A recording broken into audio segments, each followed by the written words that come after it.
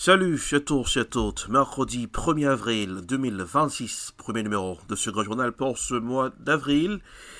Les dernières heures ont changé la donne. Voici l'essentiel dans le grand journal. Depuis le studio de Swag Radio dans la capitale des grandes écoles du monde, Boston, Massachusetts et Arlington, Hélas, pour présenter le grand journal, Swag Radio l'énergie, le flow, l'attitude, Alexa, Open Swag Radio. Tout de suite, voici les infos. Le président américain, Donald Trump, a annoncé mardi que les forces armées américaines quitteraient l'Iran dans 2 ou 3 semaines. Le récit est signé CGTN News dans ce grand journal. Une déclaration pleine d'assurance de la part du secrétaire américain à la Défense. La puissance de feu américaine ne fait que croître. Celle de l'Iran, elle diminue. Quand bien même l'armée de l'Iran est décimée et ses hauts dirigeants tués, celui-ci mène néanmoins une guerre économique en bloquant les livraisons mondiales de pétrole et de gaz transitant par le détroit d'Ormuz, ce qui fait grimper les prix du carburant, notamment aux États-Unis. La crise a poussé le président Donald Trump à mobiliser plus de 50 000 militaires, dont des parachutistes, en vue d'une éventuelle opération terrestre visant à s'emparer à la fois du détroit d'Ormuz et des infrastructures iraniennes d'exportation de pétrole. Et pourtant, mardi, Trump a semblé suggérer à ses alliés de faire cavalier seul pour sécuriser le détroit et même prendre le contrôle du pétrole iranien sans les États-Unis, en tweetant « Allez chercher votre propre pétrole ». Car les alliés de Trump ne sont pas prêts à se mettre en première ligne. Même certains de ses partisans les plus fidèles, réunis la semaine dernière à la conférence du CIPAC, s'opposent à l'envoi de troupes au combat. Une invasion terrestre de l'Iran appauvrira notre pays et le rendra moins sûr. Alors que les États-Unis préparent davantage de force, ils ont également soumis à l'Iran une proposition en 15 points visant à mettre fin au conflit. La guerre au Moyen-Orient s'enlise et aucune issue ne se dessine clairement. Donald Trump évoque un accord possible avec l'Iran tout en menaçant ses infrastructures stratégiques dans le centre pétrolier de l'île de Karg, un point clé de l'industrie pétrolière iranienne. Le récit est signé TVA Nouvelles dans ce grand journal. Alors que la guerre est maintenant dans sa 5e semaine, la Maison-Blanche dit que les négociations avec le régime iranien vont bien. Donald Trump a même affirmé hier soir qu'une entente pour mettre un terme au conflit pourrait bientôt se concrétiser. Mais encore une fois, l'Iran tient un tout autre discours. Ce porte-parole du ministère iranien des Affaires étrangères a qualifié les demandes américaines d'excessives, d'irréalistes et d'illogiques. Les demandes des deux côtés sont vraiment, vraiment loin. Donc, on n'est pas près d'un accord, comme le dit Donald Trump. Donald Trump y va donc d'une nouvelle menace. Si pour une raison quelconque un accord n'est pas bientôt conclu et le détroit d'Ormuz n'est pas immédiatement rouvert, écrit le président, nous allons complètement anéantir toutes leurs centrales électriques, puits de pétrole, l'île de Karg et peut-être toutes les usines de dessalement. Si jamais cette tendance se confirmait, eh bien, on va glisser petit à petit vers un terrain qui est celui des crimes de guerre. Parce que toucher des installations dont le produit sert à la vie quotidienne des civils n'est pas autorisé par le droit international. Dans une entrevue au Financial Times, le président a aussi affirmé que sa préférence est de prendre le pétrole de l'Iran. Samedi, les forces américaines ont confirmé l'arrivée d'un navire d'assaut amphibie et de 3500 Marines au Moyen-Orient. Sur le terrain aujourd'hui, les attaques se sont poursuivies. La plus importante raffinerie israélienne a été frappée par l'Iran, ce qui a déclenché un incendie, alors qu'à Téhéran, les bombardements sur la capitale iranienne semblent s'être intensifiés. Raymond Filion, TVA Nouvelle, Ottawa. La France a dit mardi s'étonner des reproches de Donald Trump, qu'il a accusé de se montrer très peu coopératif dans la guerre contre l'Iran, en interdisant le survol de son territoire par des avions à destination d'Israël, chargés d'équipements militaires. Nous confirmons cette décision qui est conforme à la position française depuis le début de ce conflit, a dit l'Élysée à la presse, en réponse à un message du président sur les réseaux sociaux. La France n'a pas changé de position depuis le premier jour, a ajouté la présidence française. Le récit est signé France 24 dans ce grand journal. Après l'Espagne, fer de lance des anti-guerres en Europe, c'est désormais la France qui agace Donald Trump. Sur son réseau social, le locataire de la Maison-Blanche accuse. La France n'a pas autorisé les avions à destination d'Israël chargés de matériel militaire à survoler son territoire. La France s'est montrée très peu coopérative face au boucher d'Iran, qui a été éliminé avec succès. Les États-Unis s'en souviendront. Des reproches dont on dit s'étonner à Paris. L'Élysée l'assure, la France n'a pas changé de position dans ce domaine. À savoir qu'elle n'autorise pas des avions utilisés à des fins militaires à entrer dans son espace aérien pour ensuite rejoindre Israël. Alors, Donald Trump cherche-t-il à créer des tensions artificielles avec les Européens qu'il méprise publiquement? Une chose est sûre, cette nouvelle passe d'armes confirme le fossé chaque jour plus grand entre les États-Unis et le vieux continent. Autre exemple, avec le Royaume-Uni, sévèrement critiqué par le président américain pour son refus de participer à l'offensive américano-israélienne en Iran. Agacé, il l'assure, les États-Unis ne seront plus là pour aider les pays dont l'approvisionnement en pétrole dépend du détroit d'Ormuz. Vous allez devoir commencer à apprendre à vous défendre seul. Les États-Unis ne seront plus là pour vous aider, tout comme vous n'étiez pas là pour nous. L'Iran a pour ainsi dire été décimé. Le plus difficile est fait. Allez chercher votre propre pétrole. Intéressant de noter en revanche que le président américain n'a pas un mot pour l'Italie de son ami Giorgia Meloni.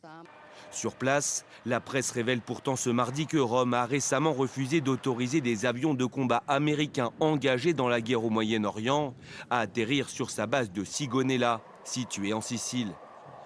Une différence claire de traitement, et pour cause, pour Donald Trump, il y a les bons et les mauvais Européens. L'ancien chef terroriste devenu président de la Syrie, Ahmed al-Shara, reçu au 10 Downing Street. Ahmed al-Shara est parvenu à établir des relations avec des gouvernements occidentaux et a effectué plusieurs voyages à l'étranger, notamment aux États-Unis, en France et en Allemagne. Le reportage est signé Euronews dans ce grand journal.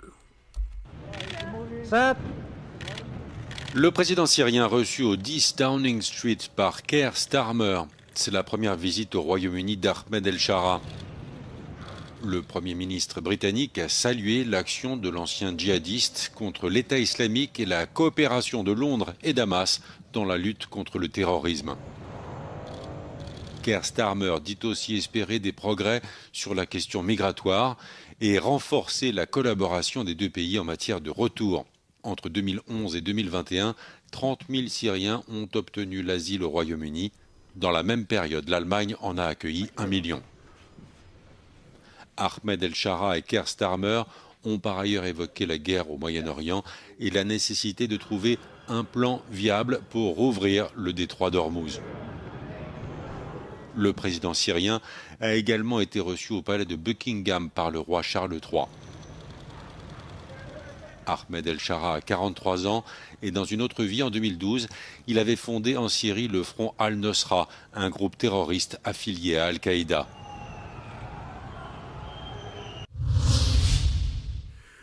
L'armée israélienne au bord de la rupture, tensions internes et pression opérationnelle croissante. L'armée israélienne traverse une période de forte turbulence, marquée par une pression opérationnelle intense, la division interne croissante et des interrogations sur sa capacité à soutenir un effort militaire prolongé, alors que les tensions régionales atteignent un niveau critique. Plusieurs signes laissent entrevoir une institution militaire mise à rude épreuve. Écoutons le détail, signé BFM TV dans ce grand journal. C'est le visage caché, pour des raisons de sécurité, que ce réserviste accepte de nous répondre. Tout juste revenu de 2 semaines sur le front libanais, il nous raconte la fatigue et les difficultés des troupes mobilisées. On a une force en nous qui permet de continuer et qui donne l'énergie nécessaire pour faire ces choses très difficiles. Mais c'est vraiment dur, tu es fatigué. Nous payons un prix élevé dans nos vies privées. Et bien sûr sur mon corps, sur ma santé mentale. Depuis les attaques du 7 octobre, il a effectué 350 jours de service. Un rythme effréné, mais devenu courant dans l'armée israélienne. Imagine que quelqu'un prenne un tiers ou un quart de toi ici, de ton temps avec ta femme, tes enfants, ton travail, tes loisirs, peu importe. Nous sommes épuisés. L'une des solutions envisagées par le gouvernement, c'est le recrutement des juifs ultra-orthodoxes au sein de l'armée. Jusqu'à présent, ils sont exemptés de service militaire. Alors lorsque l'on vient dans les quartiers où ces communautés vivent, eh bien on observe beaucoup d'affiches comme celle-ci dans lesquelles il est écrit qu'il faut absolument tout faire pour que cette loi ne soit pas votée. Une manne de soldats sans laquelle l'armée israélienne pourrait ne pas remplir ses objectifs à l'avenir, selon cet expert. Le service obligatoire n'est pas suffisant face au front auquel nous faisons face aujourd'hui et auquel nous devrons faire face à l'avenir. L'armée israélienne a actuellement besoin de 12 000 nouveaux soldats. Sans changement majeur, je ne vois pas d'autre solution que de réduire nos missions. Les réservistes ne travaillent pas pendant leur jour de service et sont payés par l'État. Leur mobilisation massive et continue par l'armée pourrait dans les mois à venir avoir également un impact majeur sur l'économie du pays.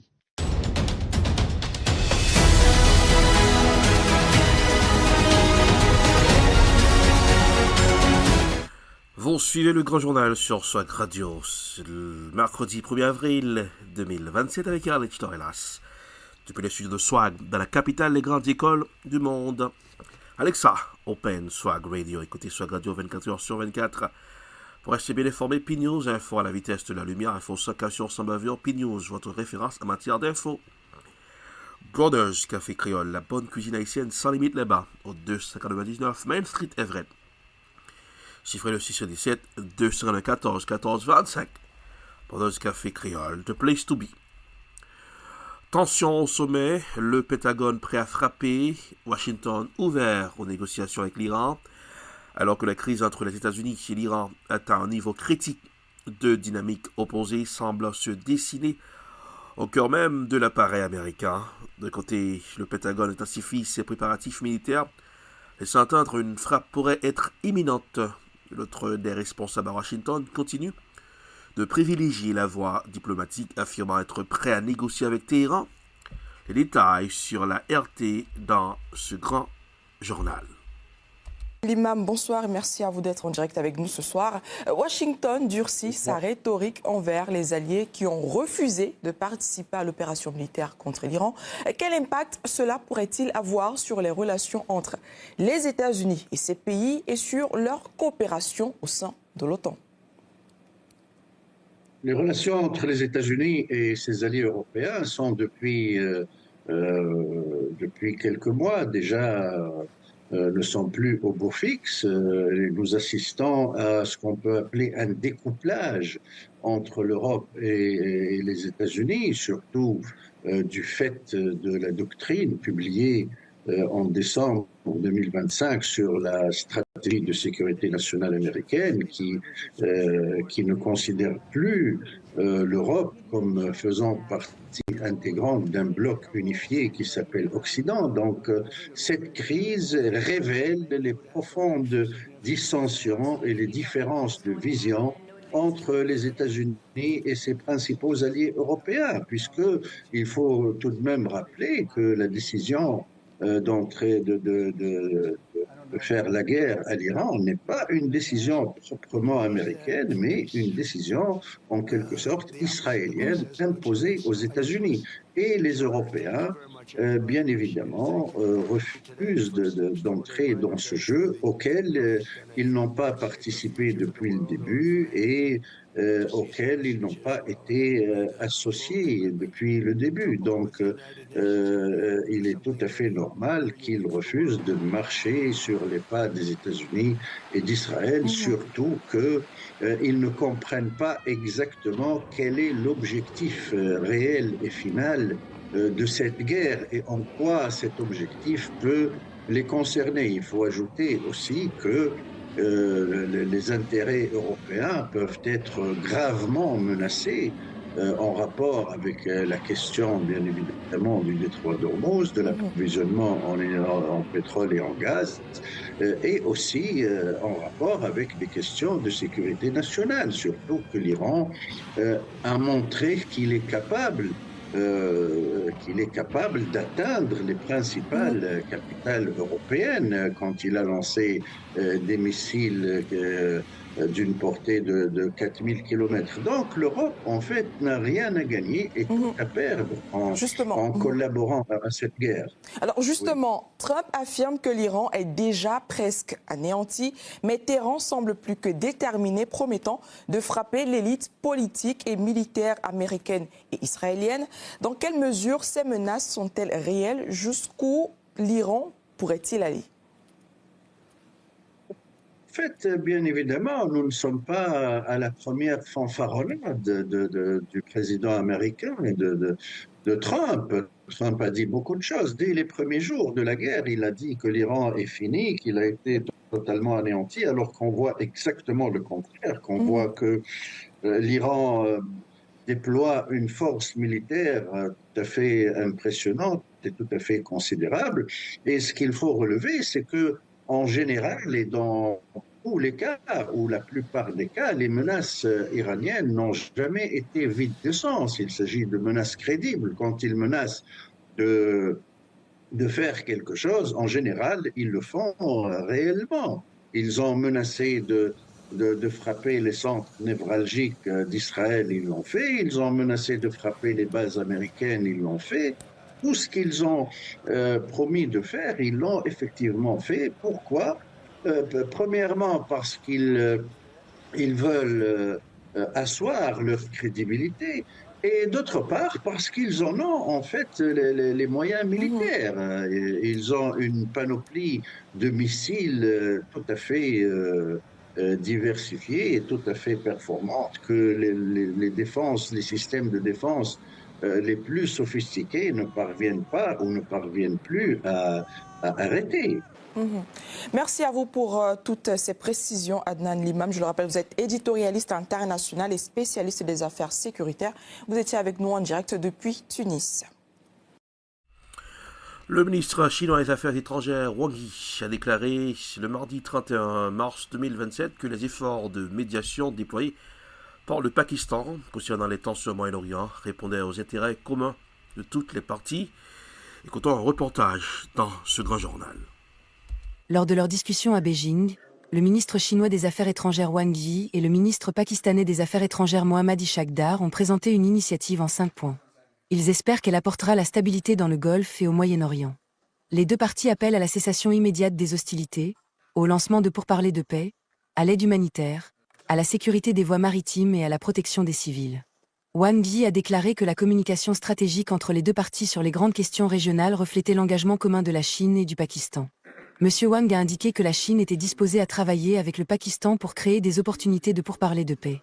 Notant que le conflit actuel a perturbé les approvisionnements énergétiques mondiaux et causé de lourds dommages aux pays en développement, M. Dar a précisé que la paix était une question urgente. Il a exprimé sa gratitude envers la Chine pour son soutien aux efforts de médiation du Pakistan tout en soulignant la volonté de son pays de renforcer la communication. Le week-end dernier, le Pakistan a accueilli les ministres des Affaires étrangères de l'Arabie saoudite, de la Turquie et de l'Égypte pour une réunion de haut niveau, alors que les frappes conjointes américano-israéliennes contre l'Iran exacerbent les tensions dans le Golfe et perturbent les marchés énergétiques mondiaux. Le Pakistan, qui a adopté une politique de neutralité dans ce conflit, espère, avec la Chine, pouvoir encourager les États-Unis et l'Iran à s'engager dans la voie diplomatique. Lancer des pourparlers de paix n'est jamais facile, mais la position de la Chine reste ferme et cohérente. Le ministre des Affaires étrangères Wang Yi a souligné que seul le dialogue et les négociations pouvaient empêcher de nouvelles pertes. Il a également ajouté que la Chine était prête à travailler aux côtés du Pakistan pour faire avancer les efforts de paix et contribuer à mettre fin au conflit. Un petit mot de sport dans ce grand journal, en route pour la Coupe du Monde 2026. Après 52 ans d'attente, les Léopards congolais se sont qualifiés pour la Coupe du Monde de football 2026. La RDC s'est imposée dans la douleur 1-0 face à la Jamaïque. Le reportage signé TV5 Monde dans ce grand journal. Si chacun s'accorde à dire que ce n'était pas le plus beau des matchs, ennuyeux même parfois, Kinshasa l'a vécu minute par minute jusqu'à la 100e et le fameux but libérateur. Direction Coupe du Monde, direction. Victoire pluvieuse, victoire heureuse et enfin ce ticket en poche pour la Coupe du Monde tant attendue. C'est une qualification historique depuis 52 ans. Nous attendons une belle prestation pour la RDC. Un petit but à 0 face à la Jamaïque a donc suffi à mettre un terme à 52 ans de malédiction. Les Congolais reviennent tout en haut de l'affiche football et joueront cet été leur Coupe du Monde prévue aux États-Unis, Mexique et Canada. Très contente. Je ne m'attendais pas, j'avais perdu l'espoir, mais là, je suis très contente. Bravo l'équipe. Ce sera la deuxième fois de leur histoire, l'aboutissement de 3 ans d'efforts après des années de doutes et de manque de repères. 52 ans après, c'est vraiment toute une histoire parce que ce sont nos parents qui avaient vu la dernière fois qu'on a été à la Coupe du Monde. Mais aujourd'hui, nous venons d'écrire une histoire que nous allons aussi raconter à nos enfants. Le pari est gagné, les Léopards semblent aujourd'hui à même de rivaliser avec les plus grandes nations africaines. À 13 000 km de là, au Mexique, leur entraîneur ne peut que savourer la victoire de tout un pays. Nous, les joueurs savent qu'on est les ambassadeurs du pays et on est très fiers de montrer une belle image du Congo parce que le pays le mérite. Et les Congolais connaissent déjà leur premier adversaire dans la Coupe du Monde. Ce sera face au Portugal le 17 juin aux États-Unis. Ensuite viendra la Colombie et l'Ouzbékistan dans le groupe K. La République démocratique du Congo devient le 10e pays africain à se qualifier pour ce mondial. Félicitations aux Léopards du Congo à 52 ans. Après 52 ans, l'équipe sera là pour la Coupe du Monde 2026. En 1974, Haïti était là, histoire commune entre le Congo et Haïti. 1974, Haïti a été présente, l'équipe haïtienne de football. C'est idem pour l'équipe du Congo 74. En 2026, Haïti est là et Congo est là. Bravo. La sélection haïtienne a fait bonne figure hier face à l'Islande. Un but partout. But de Wilson Isidore. L'équipe nationale en pleine forme pour la Coupe du Monde 2026. Nous irons en Haïti. Crise de carburant. La gasoline se raréfie. Le diesel domine dans les stations-service. La question d'une nouvelle crise de carburant refait surface en Haïti. Dans plusieurs stations-service de la capitale, de certaines villes de province, les automobilistes constatent une situation inhabituelle. La gasoline devient de plus en plus difficile à trouver, tandis que le diesel reste, lui, relativement disponible. Reportage signé Télémétropole dans ce grand journal. De longues files d'attente sont observées dans plusieurs stations de service de la commune de Delma. Certaines stations sont tout bonnement fermées, dans un contexte où des rumeurs circulent sur une éventuelle montée des prix des produits pétroliers à la pompe.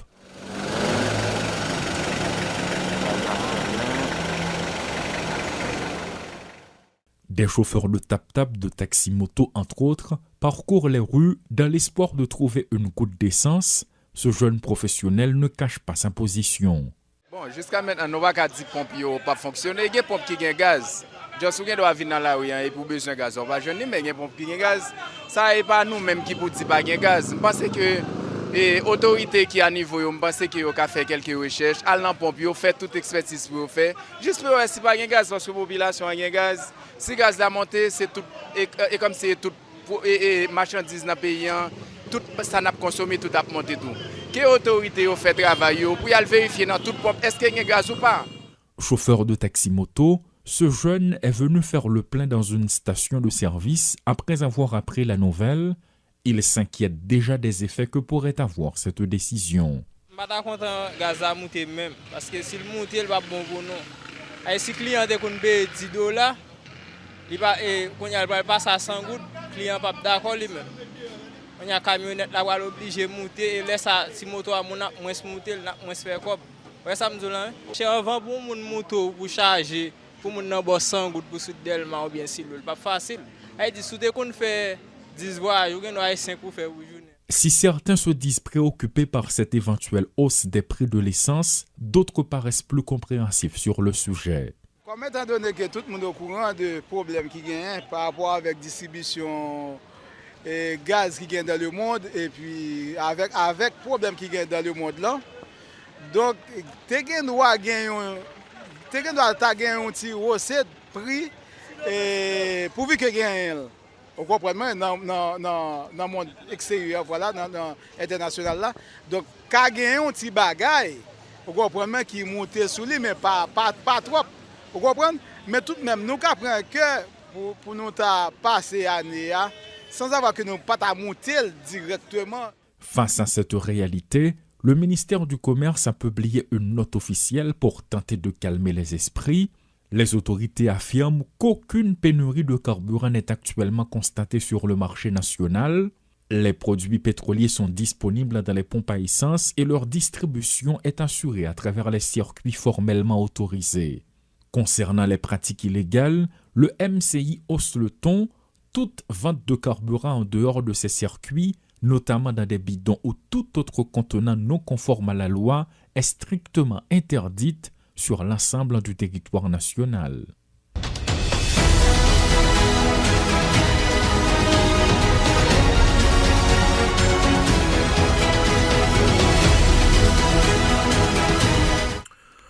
Le bloc politique équilibre a organisé un sitting le mardi 31 mars afin de faire pression sur le gouvernement, appelant le Premier ministre à engager sans délai des réformes économiques et garantir un climat sécuritaire propice à la tenue d'élections dans le pays.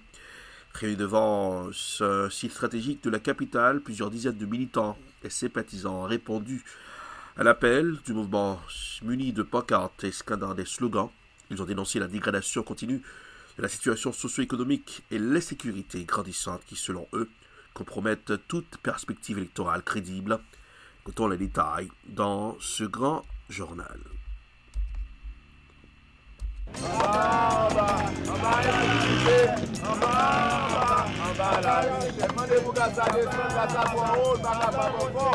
Nous venons pour un message par PM par rapport à des gringolades nous avons gagné dans le pays.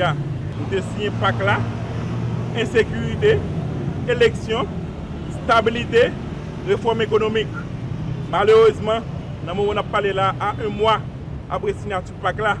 Jusqu'à présent, ça n'a pas dit beaucoup. Si nous avons considéré le dernier massacre qui fait dans Jean-Denis, la population jusqu'à présent, il n'y a pas identifié les familles qui disparaissent. Nous connaissons qu'il y a plus de 70 à 90 personnes qui mourent. D'après ça, la population fait connaître. C'est dans ce sens ça, nous voulons mettre ça PM avec des épidémies pour nous dire pour responsabilité. Tout ça qui passe dans cette bonne là. Surtout, il te promettre que la résoudre le problème de sécurité. La journée aujourd'hui, nous finissons signer PAC là. Premièrement, nous voyons la sécurité continuer à multiplier. Mais nous avons signé PAC là pour avoir sécurité, pour avoir stabilité. Mais journée aujourd'hui, nous voyons ces mêmes gens en battant, ces mêmes gens dans le camp qui continuent à vivre. Nous demandons de stabilité. C'est lui-même qui a prêté dans nous. Nous-mêmes qui avons signé PAC là, qui répondent présent. Aujourd'hui, devant la ville d'accueil, nous venons dire que PAC pas de signé, nous va signer pour grand merci, nous avons nos résultats. C'est la fin de ce grand journal pour aujourd'hui. Avant de partir, couleur du temps pour le mercredi 1er avril 2026 à Boston. La prévision indique un temps typique de début de printemps, marqué par une alternance de passages nuageux et de risques de pluie. Température maximum environ 51 degrés Fahrenheit, minimum d'environ 36 degrés Fahrenheit.